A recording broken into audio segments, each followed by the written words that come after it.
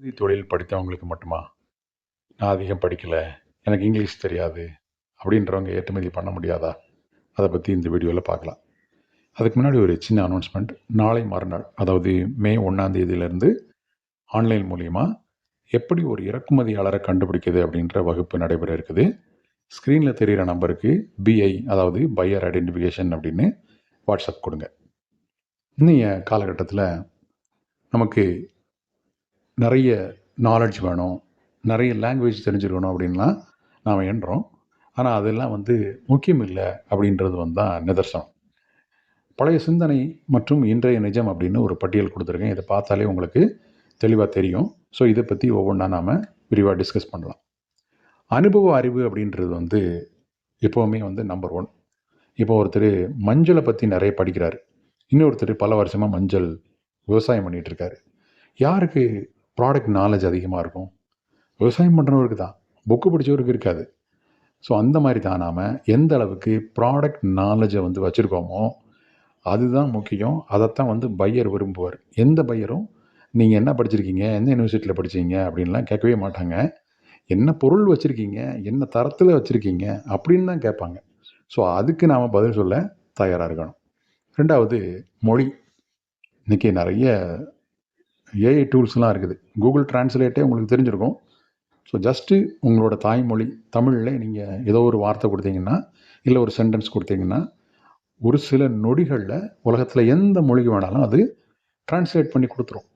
இத விட என்ன வேணும்? இது போக தமிழ் பேசக்கூடிய நாடுகள் அப்படின்னே ஒரு சில நாடுகள் இருக்குது. இலங்கை, அதுக்கடுத்து மலேசியா, சிங்கப்பூர் இந்த மாரி நாடுகள்லாம் இருக்குது. அந்த நாடுகளுக்கு கூட நாம அழகா ஏற்றுமதி பண்ணலாமே!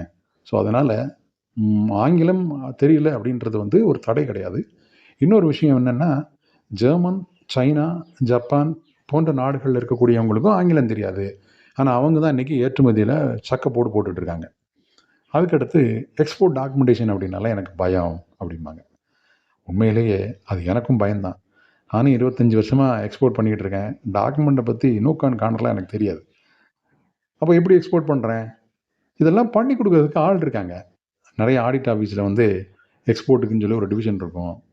எக்ஸ்போர்ட் டாக்குமெண்டேஷன் பண்ணுறதுக்குன்னே நெறைய பேர் திருப்பூர்ல இருக்காங்க. இந்த மாரி எக்ஸ்போர்ட் ஹப்லலாம் இருப்பாங்க. சிஹெச்எட்ட சொன்னா பண்ணி குடுப்பாங்க. அதாவது I quote எடுக்கிறதுலேருந்து, RCMC எடுக்கிறதுலேருந்து, bank document, AD code, invoice, packing list எல்லாமே ப்ரிப்பேர் பண்ணி குடுப்பாங்க. அது மட்டும் இல்லாம, உங்களுக்கு சர்டிஃபிகேட் ஆஃப் ஆரிஜின் வேணும்னா, அதையும் வாங்கி குடுக்கறதுக்கு தயாரா இருப்பாங்க.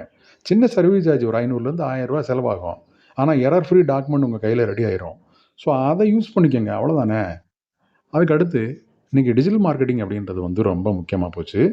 நம்ம யூடியூப் மாதிரி சமூக வலைத்தளங்கள்ல, இன்ஸ்டாகிராம் மாதிரி சமூக வலைத்தளங்கள்ல நம்ம ப்ராடக்ட்ட பத்தி நம்ம ப்ரமோட் பண்ணியே ஆகணும். அதுக்கு கூட இன்னைக்கு ஏஐ டூல்லாம் யூஸ் பண்ணி உலகத்தில எந்த மொழியில வேணாலும் நீங்க அத அ வீடியோ கிரியேட் பண்ணி, அத இதுலலாம் அப்லோட் பண்றதுக்கு வாய்ப்பு இருக்குது. இன்னைக்கு அலிபாபா, இந்தியா மார்ட் போன்ற பி2பி தளங்கள்ல கூட நீங்க மெம்பர் ஆகலாம். இந்த நேரத்தில நான் ஒண்ணு முக்கியமா குறிப்பிட விரும்புறேன். அதில பெய்டு மெம்பர் ஆகணும் அப்படின்ற கட்டாயம் கிடையாது. ஃப்ரீ மெம்பர் ஆனாலே போதும். பையர் உங்கள தேடி அதில வர்றதுக்கும் வாய்ப்பு இருக்குது. பையர் தேடுனாருன்னா உங்க டீட்டெயில் அவருக்கு கிடைக்கும். ஸோ, பெய்டு மெம்பர் ஆகி லட்ச லட்சமா குடுத்து காச வேஸ்ட் பண்ணணும் அப்படின்றது இல்ல. அதுக்கு அடுத்து பார்த்தீங்கன்னா, வெற்றிக்கு உண்மையிலேயே என்ன தேவை? பொருள் மீது நம்பிக்கை. பொருள் மீது எப்ப நம்பிக்கை வரும்? பொருள பத்தி கம்ப்ளீட் நாலேட்ஜ் இருந்ததுன்னா, நம்பிக்கை தானா வந்துரும். அதுக்கடுத்து விடாமுயற்சி.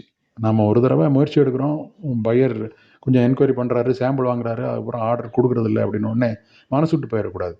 கன்டினியூஸா முயற்சி எடுத்துட்டே இருக்கணும் ஆர்டர் கிடைக்கிற வரைக்கும். ஆர்டர் கிடைச்சிருச்சு. ஃபர்ஸ்ட் ஷிப்மெண்ட் பண்ணிட்டோம் அப்படின்னா, முயற்சிய நிப்பாட்டிடலாமா? கூடாது.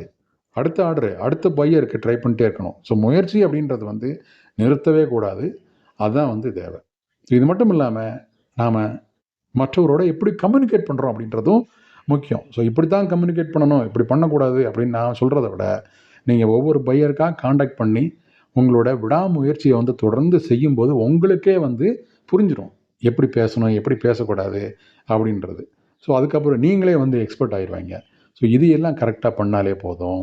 நாம ஏற்றுமதியில பெரிய அளவுல ஜெயிக்கிறதுக்கு வாய்ப்பு இருக்கு. அதனால படிப்பு இல்ல, எனக்கு இங்கிலீஷ் தெரியல, அதனால நான் சும்மாவே இருந்துடுறேன். எனக்கு ஆனா ஆசை மட்டும் இருக்குது அப்படின்னு நினைச்சிட்டு இருக்காம, களத்துல குதிங்க.